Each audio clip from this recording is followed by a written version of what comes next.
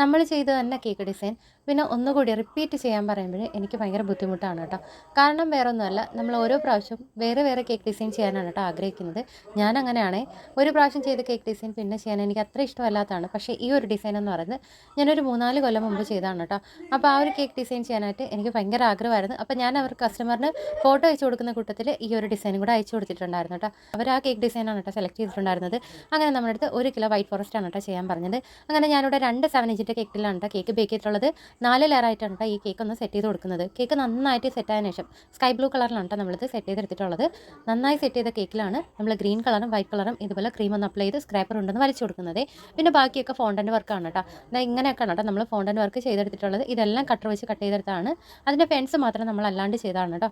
പിന്നെ ഇതിൻ്റെ മെയിൻ താരങ്ങൾ ഇവരാണ് കേട്ടോ, ടോമും ചെറി. അപ്പോൾ നമ്മൾ അവന്മാരെയും കൂടെ സെറ്റ് ചെയ്ത് നമ്മുടെ കേക്കിൻ്റെ ലുക്ക് കൂടെ കംപ്ലീറ്റ് ചെയ്തിട്ടുണ്ട് കേട്ടോ.